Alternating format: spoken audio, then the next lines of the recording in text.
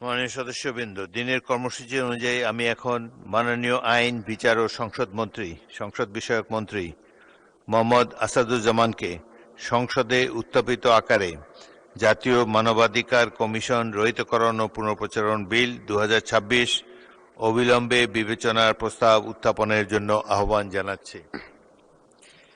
মাননীয় স্পিকার, আপনাকে ধন্যবাদ। মাননীয় স্পিকার, আমি মোহাম্মদ আসাদুজ্জামান, মন্ত্রী আইন, বিচার ও সংসদ বিষয়ক মন্ত্রণালয় প্রস্তাব করছি যে জাতীয় মানবাধিকার কমিশন আইন 2009 পুনঃপ্রচলন করিবার উদ্দেশ্যে আনিত বিলটি জাতীয় মানবাধিকার কমিশন রহিতকরণ ও পুনঃপ্রচলন বিল 2026 অবিলম্বে বিবেচনার জন্য গ্রহণ করা হোক। এত আগে বিবেচনা উত্থাপন করেছেন, এই ব্যাপারে একটি আপত্তি আছে। আবুল হাসনাত আব্দুল্লাহ, কুমিল্লা 4, আপনার আপত্তি উত্থাপন করুন। 2 মিনিট সময়। মাননীয় স্পিকার, এই সংসদে আজকে যেই পাটাতনের উপরে দাঁড়িয়ে আছি, এই সংসদটি প্রতিষ্ঠিত হয়েছে। এই সংসদের সংসদ নেতা, বিরোধী দলীয় নেতা, এই সংসদের ট্রেজারি বেঞ্চে যারা উপস্থিত আছেন, প্রত্যেকে এই সংসদে আসার পথে যেই ক্রান্তিকালীন পর্যায় অতিক্রম করে এখানে এসছে, এই পুরো জার্নির পিছনে যে আইনটি জড়িত সেটি নিয়ে আমরা আজকে আপত্তি উত্থাপন করছি এবং সেটির জন্য 2 মিনিট। এটা এক ধরনের, মাননীয় স্পিকার, এটা খুবই অপ্রতুল। আমরা এই সংসদে বিভিন্ন বিষয়ে প্রশংসা, এই সংসদে বিভিন্ন বিষয়ে অনেক সময় অপচয় হয়, কিন্তু জাতির সাথে সবচেয়ে গুরুত্বপূর্ণ বিষয়ের আমাকে যে 2 মিনিট সময় দেওয়া হয়েছে এটি অপ্রতুল। আমি মাননীয় স্পিকারের কাছে আবেদন জানাবো, এই বিষয়ে টাইম কনস্ট্রেন্ট না করে আমরা আমাদের বক্তব্যটা যেন উপস্থাপন করতে পারি, সেজন্য আপনার অনুমতি প্রার্থনা করছি। মাননীয় সদস্য, সাধারণত আপত্তি উত্থাপন আগে সংসদগুলোতে 2 মিনিটে দেওয়া হতো, তবে আপনি যেহেতু বলেছেন আপনি আরো 2 মিনিট বলেন, 4 মিনিটের মধ্যে বক্তব্য শেষ করবেন। মাননীয় স্পিকার, এই যে আইনটি আজকে যেটি পাশ করানোর কথা বলা হচ্ছে, এটির মধ্য দিয়ে 2009 সালের জাতীয় মানবাধিকার কমিশনের যেই আইনটি সেটিকে রিস্টোর করা হবে। জাতীয় মানবাধিকার কমিশনের যে 2009 সালের যে আইনটি আছে, সে আইনের প্রয়োগ দীর্ঘ 17 বছর ধরে হয়েছে, সেটি আমরা দেখেছি। জাতীয় মানবাধিকার কমিশনের নামে বিরোধী দল ও মতকে দমন কমিশন হিসেবে সেটি ব্যবহার করা হয়েছে। বিএনপিকে দমন করার বৈধতা জাতীয় মানবাধিকার কমিশন উৎপাদন করেছে। আমরা জাতীয় মানবাধিকার কমিশনের চেয়ারম্যানকে বলতে শুনেছি, জামাতের নেতাকর্মীদেরকে গুলি করা বৈধ, মানবাধিকার টিকিয়ে রাখার স্বার্থে। আমরা জাতীয় মানবাধিকার কমিশন 2009-এ যদি চলে যাই, আমরা মাননীয় স্পিকার 2009-এ যদি চলে যায়, আজকে যদি 2025-এর অধ্যাদেশটিকে ল্যাপস করে দেওয়া হয়, এটি এই সংসদের জন্য আমাদের যে আমরা ফরওয়ার্ডিং একটা মুভে ছিলাম, আজকে এই 2025-এর অধ্যাদেশটি ল্যাপস করার মধ্য দিয়ে জাতি আবার ব্যাকওয়ার্ডের দিকে যাবে এবং জাতি পিছিয়ে পড়ার একটা টেক্সট বুক এক্সাম্পল হিসেবে এই সংসদে এটি থাকবে। 2009 সালের জাতীয় মানবাধিকার কমিশন আদতে কোনো আইন না, এটা সরকারি আরেকটা দপ্তর বানানো হয়েছে জাতীয় মানবাধিকার কমিশনকে। সেখানে স্পিকারের নেতৃত্বে যে সিলেকশন কমিটি করা হয়েছে, সেখানে স্বরাষ্ট্রমন্ত্রী থাকে, সেখানে আইনমন্ত্রী থাকে, সরকার দলীয় একজন এমপি থাকে এবং সেখানে মন্ত্রণালয়ের একজন সচিব থাকেন। অর্থাৎ একটা 6 সদস্য বিশিষ্ট একটা সিলেকশন বোর্ডের সেখানে 5 জনই সরকার দলের। এখন একটা সরকার দলের একটা জাতীয় মানবাধিকার কমিশন, এটা আমাদের আজকে আমাদের এলজিআরডি মন্ত্রী নেই, উনি বলেছিলেন জাতীয় মানবাধিকার কমিশন একটা মূলত বিরোধী দল কমিশন হিসেবে ফাংশন করে। এখন বিরোধী দল দমন কমিশন হিসেবে মাননীয় স্পিকার ফাংশন করে। মাননীয় স্পিকার, জাতীয় মানবাধিকার কমিশন যখন এটা বিরোধী দল মত দমন কমিশন হিসেবে ফাংশন করে, আদত এই কমিশনটা কিন্তু আমরা যদি দেখি, মানবাধিকার যেখানে যেখানে ক্ষুণ্ণ হয়েছে এগুলা কিন্তু সরকারি সংশ্লিষ্ট সংস্থা করেছে।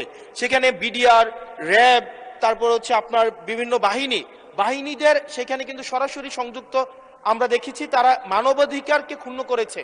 কিন্তু 2009 সালের জাতীয় মানবাধিকার কমিশন আমরা দেখেছি, যদি বাহিনীর বিরুদ্ধে আপনি কোনো তদন্ত পরিচালনা করতে চান, তাহলে সেই বাহিনীর সেই বাহিনীর পূর্বানুমতি আপনার লাগবে, সরকারের পূর্বানুমতি লাগবে। মাননীয় স্পিকার, সরকারের পূর্বানুমতি নিয়ে সরকার যে মানবাধিকার ক্ষুণ্ণ করবে, সেই মানবাধিকারের তদন্ত কতটা স্বচ্ছ হবে, সেটা এই সংসদের প্রত্যেকটা প্রত্যেকটা সদস্যই সেই বিষয়টি জানে। আজকে সরকার দলের একজন মাননীয় সংসদ সদস্যের আজকে এই বিলের যে ল্যাপস করে দেওয়া হবে। ধন্যবাদ মাননীয় সদস্য। মাননীয় আইনমন্ত্রী, ধন্যবাদ। বসুন। মাননীয় স্পিকার,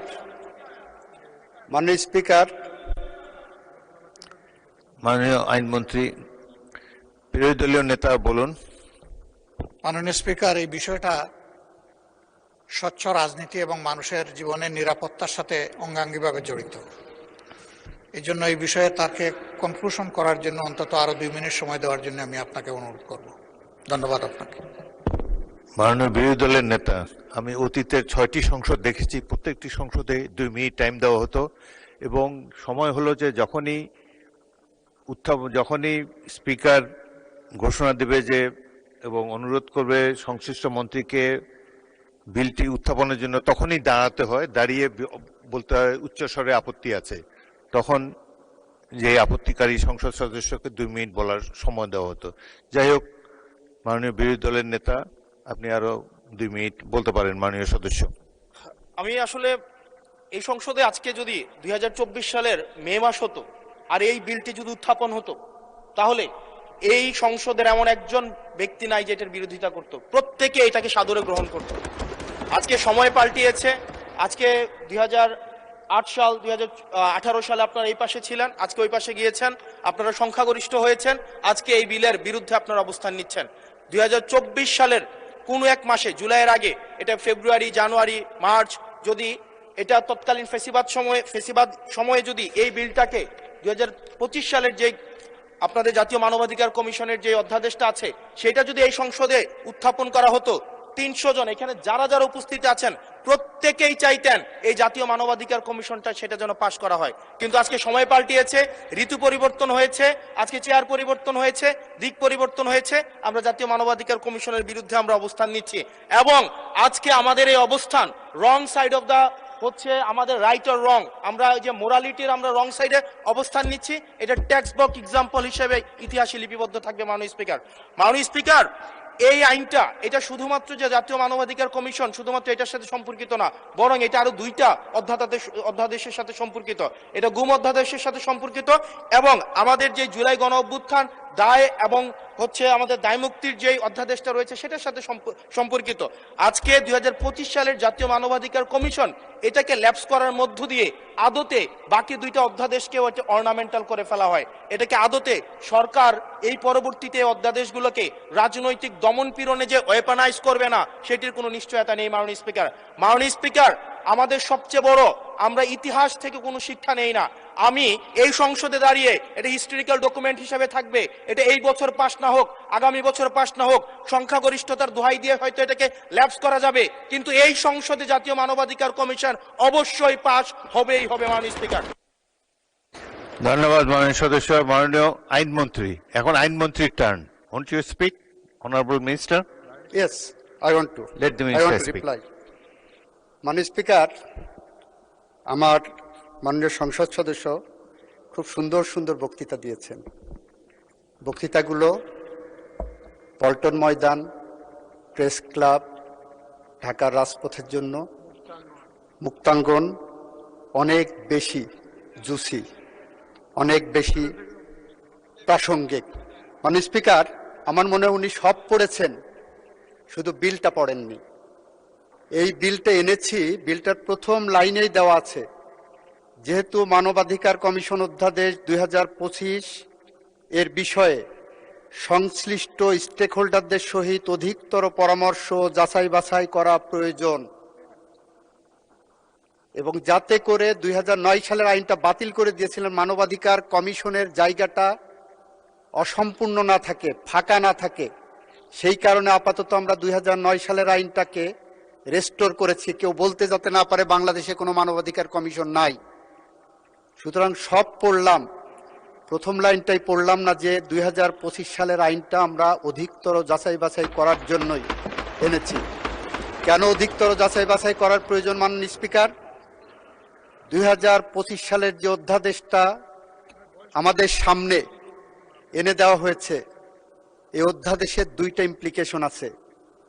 একটি ইমপ্লিকেশন হলো, আমরা যখন কোনো আইন করি, কোনো অ্যাকশন নেই, কোনো অ্যাক্ট করি, সেটা যদি এমন হয় যে এটা করেছি উইথ অ্যান আলটেরিয়র মোটিভ, এটা যদি এমন হয় যে এটা করেছি উইথ এ মেলাফাইডি মোটিভ, যদি এমন হয় যে বিএনপি ক্ষমতায় আসবে তাকে কোনোভাবেই কাজ করতে দেওয়া হবে না, সেরকম উদ্দেশ্য যদি থাকে, সে ধরনের উদ্দেশ্যপূর্ণ আইন, আইনের ভাষায় বলছি, জুডিশিয়াল রিভিউয়ের ভাষায় বলছি, কনস্টিটিউশনাল লয়ের একজন ছাত্র হিসেবে বলছি, that law is a void of initial ল।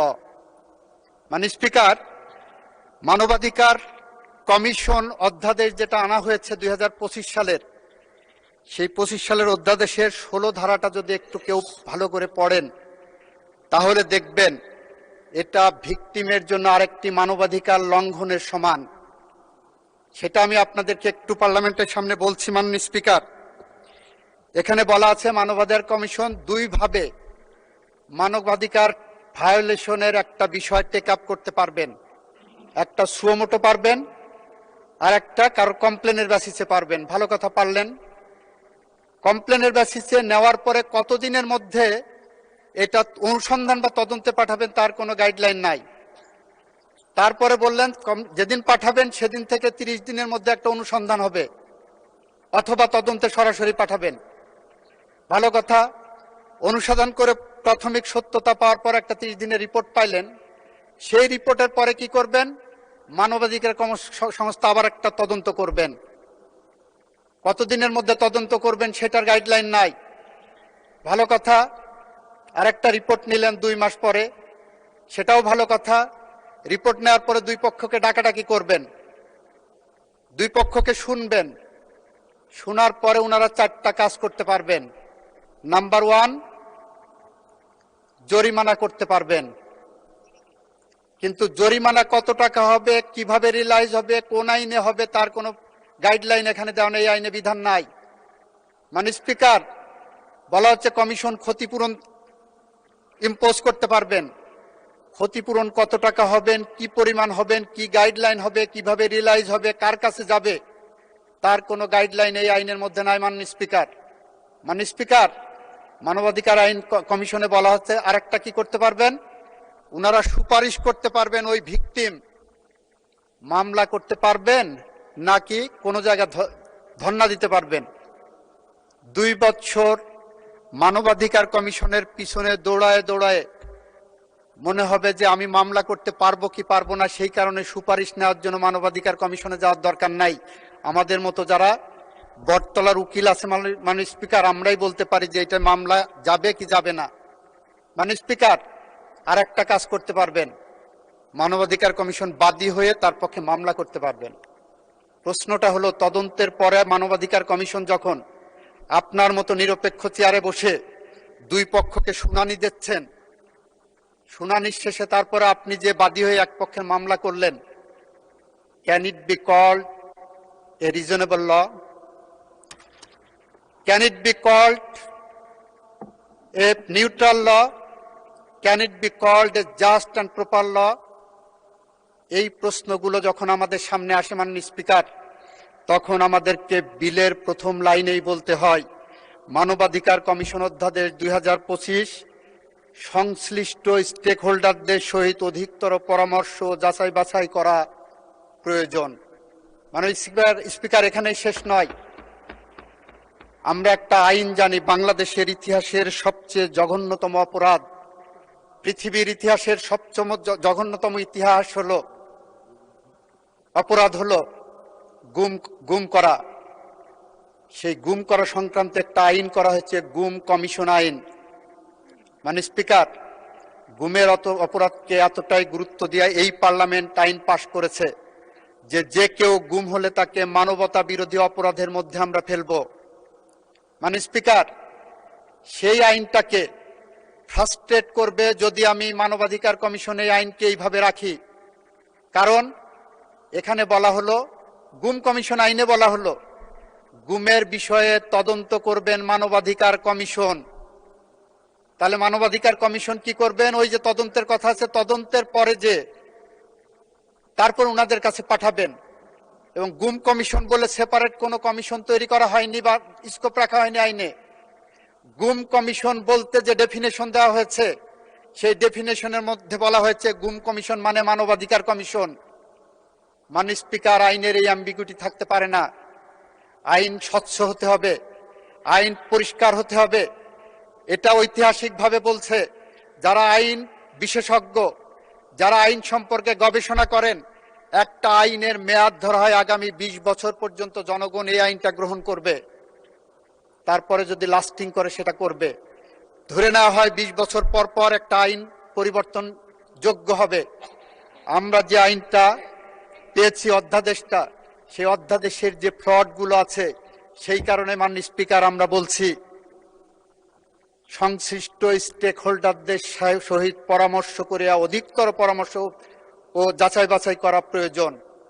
মাননীয় স্পিকার, আমাদের মাননীয় স্বরাষ্ট্রমন্ত্রী ওই দিন বলেছিলেন জুলাই সনদকে ইমপ্লিমেন্ট করতে হলে আসেন এই পার্লামেন্টে আমরা একটা বিশেষ সংবিধান সংশোধন কমিটি করি, একটা বিশেষ কমিটি করি, যেখানে সবগুলো আলোচনা আসবে, যেখানে অধিকতর যাচাই বাছাইয়ের প্রশ্ন আসবে, যেখানে মানবাধিকারের যারা ভিকটিম আছে তাদের সাথে পরামর্শের প্রয়োজন আসবে। আমরা কুড়িল বস্তিতে যাব, আমরা ঢাকা শহরের বস্তিগুলোতে যাব যেখানে সবচেয়ে বেশি মানবাধিকার লঙ্ঘিত হয়। আমরা রাজনৈতিক দলগুলোর কাছে ফেরত যাব যেখানে সবচেয়ে মানবাধিকার লঙ্ঘনের শিকার হয় যারা। আমরা সমস্ত শ্রেণী পেশার মানুষের সাথে মানবাধিকার লঙ্ঘনের শিকার যারা হয়েছে তাদের সবার সাথে আমরা এই সেশন অতিক্রান্ত হওয়ার পরে আমরা আলোচনার দ্বার উন্মোচন করব মাননীয় স্পিকার। এবং সেই কারণেই আমরা বলতে চাই অধিকতর পরামর্শ যাচাই বাছাই ছাড়া এই আইন, এই অধ্যাদেশ পাশ করা সম্ভব নয় বলেই একই সাথে মানবাধিকার কমিশন যাতে বাংলাদেশে খালি না থাকে জায়গাটা, 2000 আইনটাকে রেস্টোর করতে বলছি। 2000 আইনের 9 আইনের সেকশন 3 যদি পড়েন আর 2025 অধ্যাদেশের সেকশন 3 যদি পড়েন, দুইটা আইনে নন অবস্ট্যান্টিক ক্লজ আছে, দুইটা আইনের অটোনোমাস ক্যারেক্টার একই, দুইটা আইনেই বলা আছে এই কমিশন কোনো কারো কাছে দায়বদ্ধ থাকবে না। সুতরাং এত ভয় কিসের? 2000 আইনের সেকশন 3 এবং 2025 সেকশন 3 যেখানে সুপ্রিমেসি অব দি কমিশন দেওয়া হয়েছে, যেখানে কমিশনের ক্ষমতাটা বাড়ানো হয়েছে, আমরা সেই লক্ষ্য ধরে এগিয়ে যাচ্ছি। আমাদের চেয়ে মানবাধিকার লঙ্ঘনের শিকার বাংলাদেশের ইতিহাসে 1971 সালের পরে আর কেউ হয়নি মাননীয় স্পিকার।